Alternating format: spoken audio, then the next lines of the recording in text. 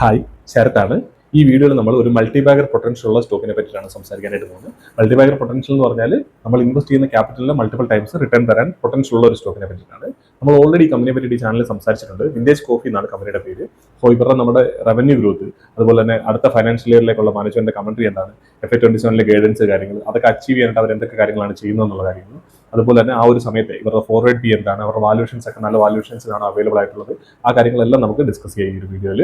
ആദ്യം നമുക്ക് business model എന്താണെന്ന് മനസ്സിലാക്കാനായിട്ട് നോക്കാം. നമ്മൾ എന്തായാലും ഒരു കമ്പനിയെ ട്രാക്ക് ചെയ്യണമെന്നുണ്ടെങ്കിൽ നമുക്ക് ബേസിക് ആയിട്ട് ആ കമ്പനി എന്തൊക്കെ കാര്യങ്ങളാണ് ചെയ്യുന്നത് എന്നുള്ള കാര്യം മനസ്സിലാക്കണം. അത് അറിഞ്ഞാലുള്ളൂ നമുക്ക് ഇവരുടെ PPT നോക്കാനോ അല്ലെങ്കിൽ എന്തൊക്കെ കാര്യങ്ങളാണ് ഒരു കമ്പനി നമ്മൾ എക്സ്പെക്ട് ചെയ്യണം എന്നുള്ള കാര്യങ്ങളൊക്കെ മനസ്സിലാക്കണമെങ്കിൽ ബിസിനസ് മോഡൽ എന്താണെന്നുള്ള കാര്യം മനസ്സിലാക്കണം.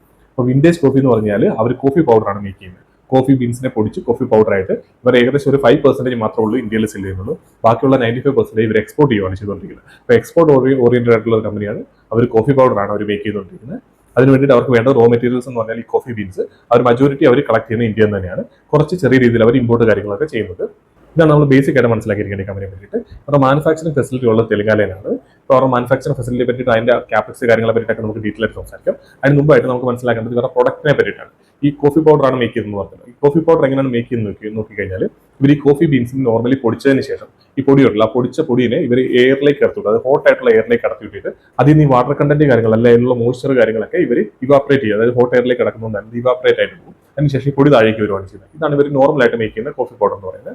അതിനുശേഷം മാനേജ്മെന്റ് അല്ലെ കമ്പനി ഇപ്പോൾ പുതിയതായിട്ട് അഗ്ലോമറേറ്റഡ് കോഫി എന്ന് പറഞ്ഞ പുതിയ കോഫിയിലേക്ക് കടന്നിട്ടുണ്ട്. അതിന്റെ ഒരു കപ്പാസിറ്റി അവർ ഏകദേശം 4500 മെട്രിക് ടണ്ണിന്റെ കപ്പാസിറ്റി ഈ ഒരു ഫൈനാൻഷ്യൽ ഇയർ എൻഡിൽ Q4 അവർ ആഡ് ചെയ്തിട്ടുണ്ട്. സോ ഈ അഗ്ലോമറേറ്റഡിൽ എന്താ സംഭവിക്കുന്നത് വെച്ചാൽ ഈ കോഫി പൗഡറിനെ നമ്മൾ ഈ പറഞ്ഞ ഹോട്ട് എയറിലേക്ക് കടത്തി വിട്ടിട്ട് ഇതിന്റെ പൊടിയാക്കും എന്ന് പറയുന്നത്. പൊടിയാക്കിയതിന് ശേഷം അവിടെ നിന്ന് ഇവാപ്പറേറ്റ് ആയി പോകുന്ന ആ ഒരു വാട്ടർ കണ്ടന്റ് അതിനെ ഇവർ എന്താ പറയുക കളക്ട് ചെയ്തതിന് ശേഷം അതിൽ ഈ പറഞ്ഞ നോർമലി ഇങ്ങനെ ചെയ്യുന്ന സമയത്ത് ഇത് ഇവാപ്പറേറ്റ് ആയി പോകുന്ന സമയത്ത് ഇതിനകത്തുള്ള സ്മെല്ല് അല്ലെങ്കിൽ അരോമ കാര്യങ്ങളൊക്കെ നഷ്ടപ്പെട്ടു പോകാനുള്ള സാധ്യത വളരെ കൂടുതലാണ്. അപ്പൊ ഈ ഇവാപ്പറേറ്റ് ആയി പോകുന്ന ഈ വാട്ടർ കണ്ടന്റിനെ ഇവർ കളക്ട് ചെയ്തതിന് ശേഷം പിന്നീട് ഈ വാട്ടർ കണ്ടന്റ് ഈ പൊടിയിലേക്ക് ഇവർ സ്പ്രേ ചെയ്യും. സ്പ്രേ ചെയ്യുന്ന സമയത്ത് ഇത് ചെറിയ ചെറിയ ബോൾസ് പോലെ ചെറിയ ബോൾസ് ആയിട്ട് മാറും. സോ അതിനെയാണ് ആ രീതിയിൽ കോഫി പൗഡറിനെ മേക്ക് ചെയ്യുന്നതിനാണ് അഗ്ലോമറേറ്റഡ് മെത്തേഡ് എന്ന് പറയുന്നത്. സോ ആ കോഫി പൗഡറിന് എന്താ വെച്ചാൽ കുറച്ചുകൂടെ സ്മെല്ല് കാര്യങ്ങളുണ്ടാവും. നേരത്തെ നമ്മൾ ആദ്യം പറഞ്ഞ കോഫി പൗഡറിനെ കഴിഞ്ഞ് കുറച്ചുകൂടി ബെറ്റർ ആയിട്ടുള്ള ക്വാളിറ്റി ഉള്ള കോഫി പൗഡർ ആയിരിക്കും. സോ അതുകൊണ്ട് തന്നെ അതിന് മാർജിൻസ് കാര്യങ്ങളൊക്കെ ആദ്യം പറഞ്ഞ കോഫി പൗഡറിനെ കഴിഞ്ഞ് കൂടുതലാണ്. സോ ആ രീതിയിലുള്ള മാനുഫാക്ചറിംഗ് ഫെസിലിറ്റി അല്ലെങ്കിൽ അഗ്ലോമറേറ്റഡ് പ്രൊഡക്റ്റിന് വേണ്ടിയിട്ടുള്ള മാനുഫാക്ചറിംഗ് ഫെസിലിറ്റിയാണ് അവർ ഇപ്പോൾ ആഡ് ചെയ്തിരിക്കുന്നത്. അതുകൊണ്ട് തന്നെ കഴിഞ്ഞ വർഷത്തിൽ ഈ ഒരു വർഷത്തിലേക്ക് വരുമ്പോൾ അവരുടെ മാർജിൻസ് കാര്യങ്ങളൊക്കെ ഇമ്പ്രൂവ് ആവുന്നത്. അതുപോലെ അടുത്തൊരു വർഷത്തിലേക്ക് വരുമ്പോൾ അതിലും കൂടുതലായിട്ട് ഇവരുടെ മാർജിൻസിന്, അതായത് ഇപ്പോൾ ഉള്ളതിനെ കഴിഞ്ഞ് കൂടുതലായിട്ട് ഇവരുടെ മാർജിൻസിനെ ഇമ്പ്രൂവ് ചെയ്യാണ്ട് ഹെൽപ്പ് ചെയ്യുന്ന ഒരു പ്രൊഡക്റ്റാണ് ഈ അഗ്ലോമറേറ്റഡ് എന്ന് പറയുന്നത്. അത് അപ്പോൾ അവരുടെ ടോട്ടൽ കപ്പാസിറ്റി ഞാൻ പറഞ്ഞല്ലോ, ഈ FY26 തുടങ്ങുന്നതിന് തൊട്ട് മുമ്പ് അവർക്ക് ഏകദേശം 4000 മെട്രിക് ടൺ ആയിരുന്നു കപ്പാസിറ്റി ഉണ്ടായിരുന്നത്. ആ ഒരു സമയത്ത് Q4 അവർ ഏകദേശം 2500 മെട്രിക് ടണ്ണോട് എക്സ്ട്രാ ആയിട്ട് ആഡ് ചെയ്ത് FY26 സ്റ്റാർട്ട് ചെയ്യുന്ന സമയത്ത് ഏകദേശം 6500 മെട്രിക് ടൺ ആയിരുന്നു കപ്പാസിറ്റി ഉണ്ടായിരുന്നത്. അതിനുശേഷം അവർ ഈ ഒരു ഫുൾ ഇയറിൽ ഈ Q4 ആയപ്പോഴേക്ക് ഏകദേശം 4500 മെട്രിക് ടണ്ണിന്റെ കപ്പാസിറ്റിയോട് ആഡ് ചെയ്തിട്ടുണ്ട്. ആ കപ്പാസിറ്റി ആഡ് ചെയ്യുമ്പോൾ ടോട്ടൽ കപ്പാസിറ്റി എന്ന് പറഞ്ഞാൽ 11000 മെട്രിക് ടൺ ആയിട്ട് കൂടിയിട്ടുണ്ട്. അതായത് 70% അവർ കപ്പാസിറ്റി ഇൻക്രീസ് ചെയ്തിട്ടുണ്ട്. അതുപോലെ തന്നെ ഇൻക്രീസ് ചെയ്തിരിക്കുന്ന കപ്പാസിറ്റി എന്ന് പറയുന്നത് അഗ്ലോമറേറ്റഡിനാണ്. അതുകൊണ്ട് തന്നെ മാർജിൻസിനെ ഇനി വരുന്ന ക്വാർട്ടറുകളിൽ വീണ്ടും മാർജിൻസ് വീണ്ടും ഇമ്പ്രൂവ് ആവും. ഈ ഒരു ക്യാപെക്സ് മാത്രമല്ല അവർ ചെയ്യുന്നത്, അവർ ഇതിന് കൂടാതെ തന്നെ അടുത്ത എക്സ്ട്രാ ക്യാപെക്സുകൾ കാര്യങ്ങളൊക്കെ ചെയ്യുന്നുണ്ട്. അതായത് ഈ ഒരു ഫൈനാൻഷ്യൽ ഇയർ എൻഡ് ചെയ്യുന്ന സമയത്ത് അവർ ഏകദേശം 5500 മെട്രിക് ടണ്ണിന്റെ കപ്പാസിറ്റിയോട് ആഡ് ചെയ്യും. അത് അടുത്ത Q1 ആവുന്ന സമയത്ത് ഇവർ ട്രയൽ സ്റ്റാർട്ട് ചെയ്യുന്നു.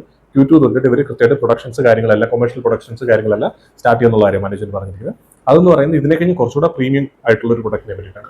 അത് ഫ്രീസ് ഡ്രൈഡ് എന്ന് പറയും. ഈ പറഞ്ഞ കോഫി ബീൻസിനെ നമ്മൾ നേരത്തെ പറഞ്ഞ മെത്തേഡിലല്ല, അവർ ഇതിനെ ഫ്രീസ് ചെയ്തതിന് ശേഷം അതിനെ പൊടിച്ചതിന് ശേഷം അതിനകത്ത് വാട്ടർ കണ്ടന്റ് കാര്യങ്ങളൊക്കെ റിമൂവ് ചെയ്യും. അങ്ങനെ റിമൂവ് ചെയ്യുന്ന സമയത്ത് എന്ന് പറഞ്ഞാൽ ഇതിന്റെ അരോമ കാര്യങ്ങൾ അല്ലെങ്കിൽ സ്മെല്ല് കാര്യങ്ങളൊന്നും നഷ്ടപ്പെട്ടു പോകത്തില്ല. കുറച്ചും കൂടെ പ്രീമിയം ആയിട്ടുള്ള പ്രൊഡക്റ്റ്, അതായത് ഈ കോഫി പൗഡറിൽ അത്യാവശ്യം ഏറ്റവും പ്രീമിയം ആയിട്ടുള്ള പ്രൊഡക്റ്റ് ആണെന്ന് തന്നെ പറയാം. അത് വരുന്ന സമയത്ത് ഇവരുടെ മാർജിൻസ് വീണ്ടും ഇമ്പ്രൂവ് ആവും. അപ്പോൾ കൃത്യമായിട്ട് കപ്പാസിറ്റി കൂട്ടുന്നുണ്ട്. അതുപോലെ തന്നെ ഇവർ വരുന്ന പ്രൊഡക്റ്റുകൾ എന്ന് പറഞ്ഞാൽ ഇവരുടെ മാർജിൻസിനെ കൂടുന്നുണ്ട്. മാർജിൻസ് കൂടുമ്പോൾ എന്ന് വെച്ചാൽ ഇവരുടെ റവന്യൂന്റെ പ്രോഫിറ്റിലേക്കുള്ള കോൺട്രിബ്യൂഷൻസ് വീണ്ടും കൂടും. ഇവർ ഇപ്പോൾ 100 കോടി റവന്യൂ ജനറേറ്റ് ചെയ്യുന്നുണ്ടെങ്കിൽ അതിനിപ്പോൾ ഒരു 10% മാർജിനെങ്കിൽ അത് 12% മാർജിൻ ആകുമ്പോൾ ഇപ്പോൾ 10,000 ഇവർക്ക് പ്രോഫിറ്റ് കിട്ടുന്നത് അത് 12,000 ആയിട്ട് മാറും. അപ്പോൾ ആ രീതിയിൽ നമുക്ക് ഈ പറഞ്ഞ കപ്പാസിറ്റി കൂട്ടിയാൽ പോരാ, നമുക്കെല്ലാം നമ്മുടെ ഏത് കമ്പനിയിലാണ് ഇൻവെസ്റ്റ് ചെയ്യുന്നത് അവരുടെയൊക്കെ മാർജിൻസ് ഫ്യൂച്ചറിൽ എന്താണ് സംഭവിക്കുന്നത് എന്നുള്ള കാര്യം നമുക്ക് വളരെ ഇമ്പോർട്ടൻ്റ് ആയിട്ടുള്ള കാര്യമാണ്. മാർജിൻസ് ഇമ്പ്രൂവ് ആവുന്ന കമ്പനികളുടെ വാല്യൂഷൻസ് വീണ്ടും താഴേക്ക് വരാനുള്ള സാധ്യത വളരെ കൂടുതലാണ്. അപ്പോൾ അതുകൊണ്ട് തന്നെ ആ കമ്പനികളിൽ നല്ല ഡിമാൻഡ് വരാനുള്ള സാധ്യത വളരെ കൂടുതലാണ്. അപ്പോൾ ആ രീതിയിൽ നോക്കിക്കഴിഞ്ഞാൽ ഇവർ നല്ല രീതിയിൽ ഇവർ ക്യാപെക്സ് ചെയ്യുന്നുണ്ട്. ക്യാപെക്സ് ചെയ്യുന്നതെല്ലാം തന്നെ മാർജിൻ അക്രിയേറ്റീവ് ആയിട്ടുള്ള കാര്യങ്ങളിലേക്കാണ് ഇവർ കൂടുതൽ ക്യാപെക്സ് ചെയ്യുന്നത്. അപ്പോൾ ആ ഒരു കപ്പാസിറ്റി വരുന്നത് അടുത്ത ഫൈനാൻഷ്യൽ ഇയറിന്റെ തുടക്കത്തിലാണ്. അതിനുശേഷം അവർ അവിടുന്ന് വീണ്ടും ഒരു 5500 മെട്രിക് ടണ്ണിന്റെ ഈ പറഞ്ഞ ഫ്രീസ് റൈഡിൽ നിന്ന് തന്നെ വീണ്ടും സ്റ്റാർട്ട് ചെയ്യുന്നുണ്ട്. അത് അടുത്ത ഈ FY28 കഴിഞ്ഞ് FY29 FY2030 ആ ഒരു സമയത്തേക്കാണ് ആ കപ്പാസിറ്റി ആഡ് ചെയ്യുന്നത്. അതും 5500 മെട്രിക് ടൺ ആണ്. അപ്പോൾ ഇപ്പോൾ 11,000 മെട്രിക് ടൺ ഉണ്ട്. അടുത്ത ഫൈനാൻഷ്യൽ ഇയർ സ്റ്റാർട്ട് ചെയ്യുമ്പോൾ 16,500 മെട്രിക് ടണ്ണിന്റെ കപ്പാസിറ്റി ആവും. അതിനുശേഷം അത് 20,000 മുകളിലേക്ക് അതിന്റെ കപ്പാസിറ്റി കൂടും. സോ ഇതിനൊക്കെ വേണ്ടിയിട്ട് ഇപ്പം ഈ രണ്ട് ഫ്രീസ് റൈഡിന്റെ കപ്പാസിറ്റിക്ക് വേണ്ടി തെലങ്കാന ഗവൺമെന്റുമായിട്ട് ഏകദേശം 1000 കോടിയുടെ എഗ്രിമെന്റ് കാര്യങ്ങളൊക്കെ ഇവരായിട്ടുണ്ട്. അതുകൊണ്ട് തന്നെ കൃത്യമായിട്ടുള്ള കാര്യങ്ങൾ ഇവർ ക്യാപെക്സ് കാര്യങ്ങളൊക്കെ പ്രോപ്പറായിട്ട് ചെയ്യുന്നുണ്ട്. പിന്നെ അതുപോലെ തന്നെ ഇപ്പോൾ പുതിയതായിട്ട് കപ്പാസിറ്റി വന്ന കാര്യം ഞാൻ പറഞ്ഞല്ലോ, 70% ആണ് ഇപ്പോൾ കപ്പാസിറ്റി കൂടിയിരിക്കുന്നത്.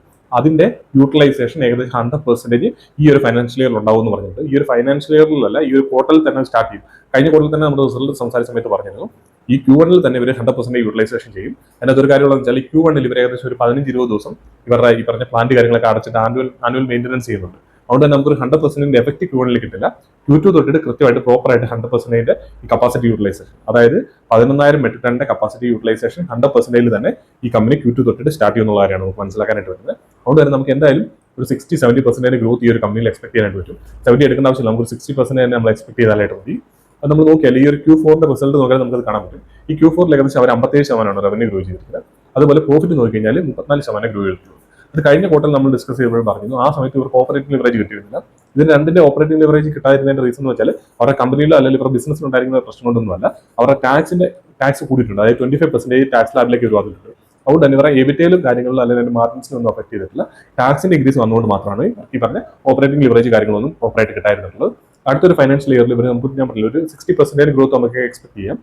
അത് പറയുന്നത് എന്തുകൊണ്ടാന്ന് പറഞ്ഞാൽ ഇപ്പോൾ അവർ യൂസ് ചെയ്യുന്ന ഏകദേശം 6,500 മെട്രിക് ടണ്ണിൽ നിന്ന് 14,000 മെട്രിക് ടണ്ണിലേക്ക് അവർ കപ്പാസിറ്റി യൂട്ടിലൈസേഷൻ വരാൻ പോകുന്നത്. സോ അതുകൊണ്ട് തന്നെ ഇവരുടെ ഈ പറഞ്ഞ ഇപ്പോൾ ഉള്ള പ്രൊഡക്റ്റിൽ ഇവർ റവന്യൂ അതിന്റെ റിയലൈസേഷൻ ഉണ്ടല്ലോ, അതായത് ഇപ്പോഴത്തെ കപ്പാസിറ്റി വെച്ചിട്ട് അവർ മേക്ക് ചെയ്യുന്ന റവന്യൂ, ആ റവന്യൂവിൽ ഏകദേശം ഒരു 2-3% ഇൻക്രീസ് വരും എന്നുള്ള കാര്യമാണ് മാനേജ്മെന്റ് പറഞ്ഞിരിക്കുന്നത്.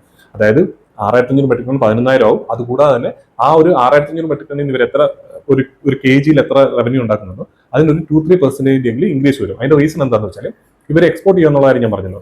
എക്സ്പോർട്ട് ചെയ്ത് ഇവർ ബൾക്കായിട്ട് എക്സ്പോർട്ട് ചെയ്യുന്നുണ്ട്. അത് കൂടാതെ തന്നെ ഇവർ കൺസ്യൂമർ പാക്കറ്റ്സ് ആയിട്ട് ഇപ്പം ഇവരുടെ പ്രൊഡക്റ്റിനെ ഇവർ സെല് ചെയ്യാൻ തുടങ്ങിയിട്ടുണ്ട്. അതായത് ഡയറക്റ്റ് ആയിട്ട് ഇവർ റീറ്റെയിൽ ആയിട്ട് സെയിൽ ചെയ്യാനായിട്ട് തുടങ്ങിയിട്ടുണ്ട്. അതിപ്പോൾ ഇ-കൊമേഴ്സ് വെബ്സൈറ്റ് വഴിയൊക്കെ ഇവർ സെല് ചെയ്യുന്നത്. നമുക്കിപ്പോൾ ആമസോണിലൊക്കെ ഇവരുടെ പ്രൊഡക്റ്റ് അവൈലബിൾ ആയിട്ടുണ്ട്. സോ ആ രീതിയിൽ ഇവർ പ്രൊഡക്റ്റിനെ സെല് ചെയ്യാൻ തുടങ്ങുന്ന സമയത്ത് ഇവരുടെ മാർജിൻസ് കാര്യങ്ങളൊക്കെ കൂടുതലായിട്ട് ഇൻക്രീസ് ആണ്. കാരണം റീറ്റെയിലേക്ക് വരുമ്പോൾ ഒരു ഹോൾസെയിൽ സെല് ചെയ്യുന്ന പോലല്ല, അതിനൊക്കെ ഇനി മാർജിൻസ് കാര്യങ്ങളൊക്കെ കൂടുതലാണ്. അതുകൊണ്ട് തന്നെ പ്രൊഡക്റ്റിന്റെ പ്രൈസും കാര്യങ്ങളും കൂടുതലായിരിക്കും. അതുകൊണ്ട് തന്നെ ആ രീതിയിൽ ഇവരുടെ റവന്യൂവിന്റെ കാര്യങ്ങൾ ഒരു 2-3% എക്സ്ട്രാ ഇവർക്ക് റവന്യൂ റിയലൈസേഷൻ കിട്ടാനുള്ള സാധ്യതയാണ് മാനേജ്മെന്റ് പറയുന്നത്. പിന്നെ അതുപോലെ തന്നെ നമ്മൾ നോക്കി കഴിഞ്ഞാൽ ഇപ്പൊ ഞാൻ നേരത്തെ പറഞ്ഞില്ല ഇവർ കപ്പാസിറ്റി ഇൻക്രീസ് ചെയ്യുന്നുള്ള കാര്യം. ഇപ്പോൾ അവർ എക്സ്പാൻഡ് ചെയ്തിരിക്കുന്ന കപ്പാസിറ്റി എന്ന് പറയുന്നത് ഇവരുടെ ഇന്റേണൽ അക്വയൽസ് വഴിയിട്ടാണ് ഇവർ ഇതിന്റെ ക്യാപിറ്റൽ ഫണ്ട് കാര്യങ്ങളൊക്കെ റൈസ് ചെയ്തിട്ടുള്ളത്. അതായത് എക്സ്ട്രാ ഡെപ്റ്റ് കാര്യങ്ങളൊന്നും എടുക്കേണ്ട വന്നിട്ടില്ല. പക്ഷെ അടുത്ത് ഇവർ എക്സ്പാൻഷൻ ചെയ്യുന്ന സമയത്ത് ഏകദേശം 5,500 മെട്രിക് ടണ്ണിന്റെ കപ്പാസിറ്റി വരുന്ന സമയത്ത് അതിനുവേണ്ടി ഇവർ ഡെപ്റ്റ് എടുക്കാനായിട്ടാണ് ഉദ്ദേശിച്ചിരിക്കുന്നത്. ഏകദേശം 550 കോടിയാണ് ഇവർ അതിനകത്ത് ക്യാപെക്സ് ആയിട്ട് അവർ ഉദ്ദേശിച്ചിരിക്കുന്നത്. 5,500 മെട്രിക് ടണ്ണിന്റെ അതിനകത്ത് 150 കോടിയോളം ഇപ്പോൾ അവർ സ്പെൻഡ് ചെയ്തിട്ടുണ്ട്.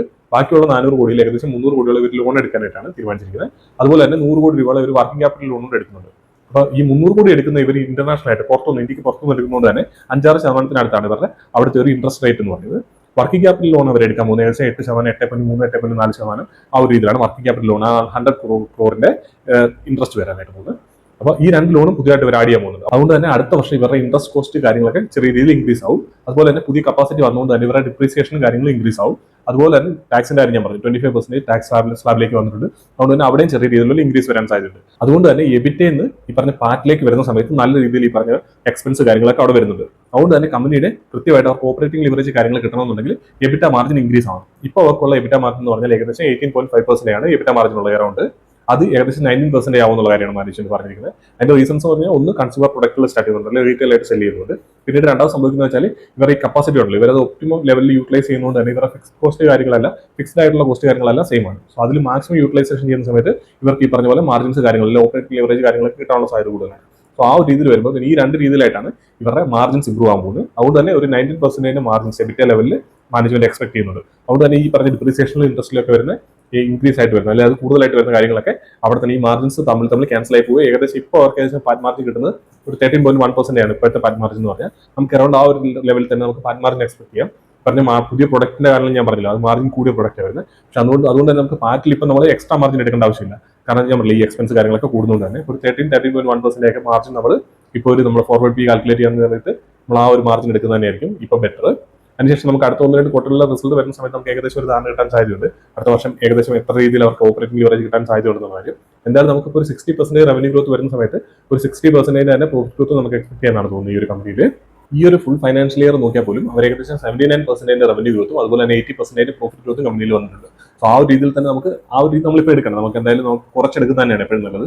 ഒരു 60% റവന്യൂ ഗ്രോത്തും അതുപോലെ തന്നെ 60% തന്നെ അല്ല 13.1% പാറ്റ് മാർജിൻ തന്നെ എടുക്കുന്നത് തന്നെയാണ് ബെറ്റർ. ഇപ്പോൾ അവർ ഈ ഒരു ഫൈനാൻഷ്യൽ ഇയറിൽ അവർ ഏകദേശം 550 കോടിയോളമാണ് അവരുടെ റവന്യൂ വന്നിരിക്കുന്നത്. സോ അതിന് മുകളിൽ അവർ ഒരു 60% ഗ്രോത്ത് വരുവാണെന്നുണ്ടെങ്കിൽ അറൗണ്ട് ഒരു 900 കോടിയുടെ റവന്യൂ ജനറേറ്റ് ചെയ്യാൻ സാധ്യതയുണ്ട് അടുത്തൊരു ഫൈനാൻഷ്യൽ ഇയറിൽ. അതിന്റെ ഒരു 13.1% പ്രോഫിറ്റ് മാർജിൻ എന്ന് പറയുമ്പോൾ ഏകദേശം 117-118 കോടിയൊക്കെ നമുക്ക് എക്സ്പെക്ട് ചെയ്യാനായിട്ട് പറ്റും. സോ ഇപ്പൊ കമ്പനിയുടെ ടോട്ടൽ മാർക്കറ്റ് ക്യാപ്പ് നോക്കി കഴിഞ്ഞാൽ ഏകദേശം 2000 കോടിയുടെ താഴെയാണ് കമ്പനിയുടെ മാർക്കറ്റ് ക്യാപ്പ് ഉള്ളത്. അതുപോലെ തന്നെ ഇപ്പൊ കമ്പനിയുടെ പി റേഷ്യോ നോക്കിയാൽ ഏകദേശം 28 കമ്പനിയുടെ പി റേഷ്യോ ആയിട്ടുള്ളത്.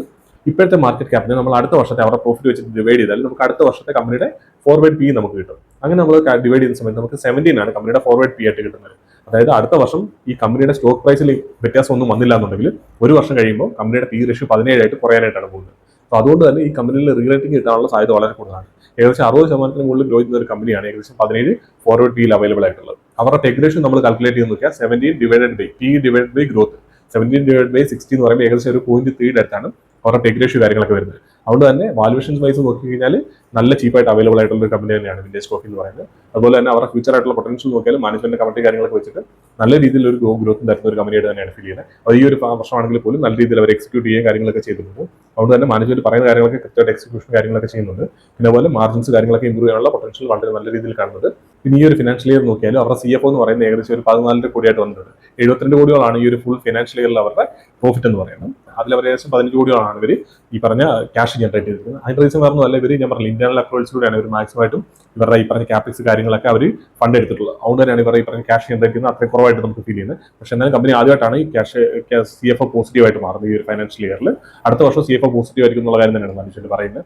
കാരണം ഇത്രയും ക്യാപിക്സ് കാര്യങ്ങളൊക്കെ ചെയ്താലും അവർ H1 ചിലപ്പോൾ നെഗറ്റീവ് ആയിരിക്കും. പക്ഷേ H2 എത്തുന്ന സമയത്ത് ഇത് കംപ്ലീറ്റ് ആയിട്ട് ഫുൾ ഫൈനാൻഷ്യൽ ഇയർ തന്നെ അടുത്ത ഫൈനാൻഷ്യൽ ഇയറും ഇവർ CFO പോസിറ്റീവ് ആയിരിക്കും എന്നുള്ള കാര്യം തന്നെ മനുഷ്യൻ പറഞ്ഞിട്ടുണ്ട്. സോ ഇതൊക്കെ വെച്ച് നോക്കുമ്പോൾ തന്നെ അടുത്തൊരു ഫൈനാൻഷ്യൽ ഇയറിൽ നല്ല രീതിയിൽ പെർഫോം ചെയ്യാൻ സാധ്യതയുള്ള കമ്പനി തന്നെയാണ്. പക്ഷെ അങ്ങനെയൊക്കെ ആണെങ്കിൽ പോലും ഞാൻ ഈ പറഞ്ഞ ഒരു കാര്യമുണ്ട്, 2000 കോടിയിൽ താഴെയാണ് കമ്പനിയുടെ മാർക്കറ്റ് ക്യാപ്പ് എന്ന് പറയുന്നത്. അതുകൊണ്ട് തന്നെ കൃത്യമായിട്ട് ഇത് എക്സിക്യൂട്ട് ചെയ്യുന്നുള്ള കാര്യങ്ങളൊക്കെ നമ്മൾ കൃത്യമായിട്ട് നോക്കേണ്ടതായിട്ടുണ്ട്. അതുകൊണ്ട് തന്നെ ഇൻവെസ്റ്റ് ചെയ്യുന്ന ആൾക്കാർ കൃത്യമായിട്ട് പഠിക്കുക. അതുപോലെ തന്നെ അതിനെ ട്രാക്ക് ചെയ്യുന്നുള്ള കാര്യം ഉറപ്പായിട്ട് ചെയ്യേണ്ട ഒരു കാര്യമാണ്. കാരണം ഒരു ദിവസം 2 ദിവസം കൊണ്ട് തന്നെ മാനേജ്മെന്റ് പറഞ്ഞ പോലെ പെർഫോമൻസ് വന്നില്ല, റിസൾട്ട് വരുന്ന സമയത്ത് പ്രോപ്പർ ആയിട്ടുള്ള റിസൾട്ട് അല്ല, നമുക്ക് ട്രാക്ക് ചെയ്യാൻ പറ്റുന്നില്ലെങ്കിൽ ചിലപ്പോൾ 1-2 ദിവസം കൊണ്ട് തന്നെ കമ്പനി 20-30-40% ഒക്കെ ചിലപ്പോൾ താഴേക്ക് വന്നിരിക്കുക. അതുകൊണ്ട് തന്നെ നിങ്ങൾ കൃത്യമായിട്ട് നിങ്ങളുടെ റിസ്ക് കാര്യങ്ങളൊക്കെ മനസ്സിലാക്കിയതിന് ശേഷം മാത്രം ഇങ്ങനത്തെ സ്റ്റോക്കുകളിൽ നിങ്ങളുടെ ഇൻവെസ്റ്റ്മെന്റ് ഡിസിഷൻസ് കാര്യങ്ങളൊക്കെ മേക്ക് ചെയ്യുക. എന്തായാലും വരുന്ന ക്വാർട്ടറിലൊക്കെ റിസൾട്ട് വരുന്ന സമയത്ത് നമുക്ക് പ്രോപ്പറായിട്ട് കൃത്യമായിട്ട് കമ്പനിയെ ട്രാക്ക് ചെയ്യുക. നമുക്ക് എന്തായാലും അടുത്തൊരു വീഡിയോയിൽ കാണാം.